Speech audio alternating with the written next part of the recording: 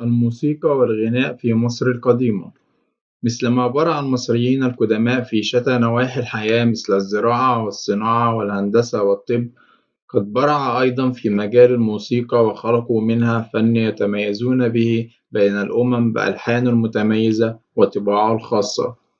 عرف المصريين القدماء الموسيقى في زمن مبكر جدا، ويتضح هذا من النقوش والصور المنقوشة على جدران مقابر ملوك الفراعنة في الدولة القديمة. وقد قام المصريين القدماء باستخدام الموسيقى في شتى نواحي الحياة، وقد كان الأكثر استخدامًا للموسيقى لغرض ديني داخل المعابد، وفي صورة جنائزية في مراسم تشييع جنازة المتوفي، وقد استخدمها أيضًا في الحياة اليومية للتسلية والطرب والعزف. في الغيطان الزراعية بآلات ما زالت موجودة حتى اليوم، ولعلها تقوم بألحان قريبة من الألحان الحزينة التي يتم عزفها على الناي في وقتنا الحالي. كما استخدم المصري القديم الموسيقى في الأفراح وإعلان مراسم الزواج، وكان مصحوب برقص وغناء والآلات الموسيقية العديدة بفصائلها المختلفة، سواء كانت وترية أو نفخ أو إيقاعية. كما كان يتم جمع المعازيم وتسليتهم في المناسبات السعيدة، وإضافة نوع من البهجة والسرور على الحاضرين.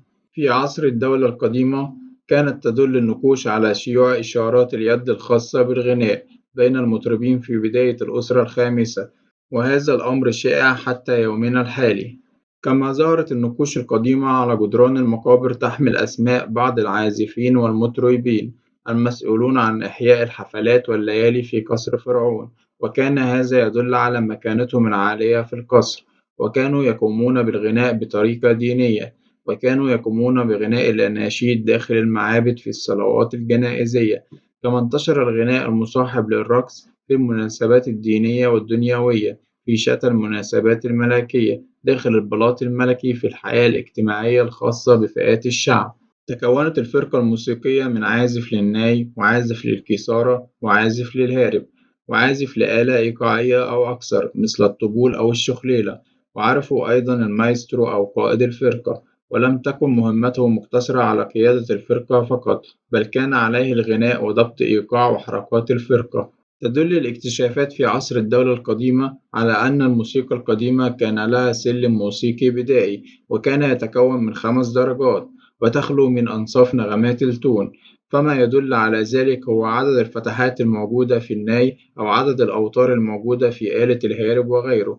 ولكن في عصر الدولة الحديثة، نظرًا لتفتح المصري القديم على الثقافات الأخرى، تطور السلم الموسيقي وتم إضافة درجتين فوصل ل7 درجات، وهم المعروفين حتى وقتنا الحالي. كما زادت عليه حركات إضافية مثل أنصاف النغمات الموجودة في الآلات الموسيقية المكتشفة في عصر الدولة الحديثة.